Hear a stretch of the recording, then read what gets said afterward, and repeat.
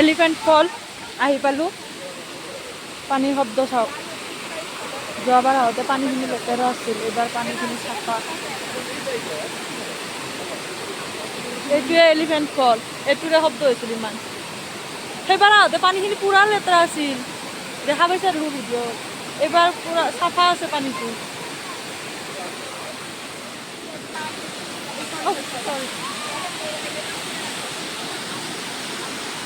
ক'ৰ পৰা যে বৈ আহি ক'ত পৰি আছিল।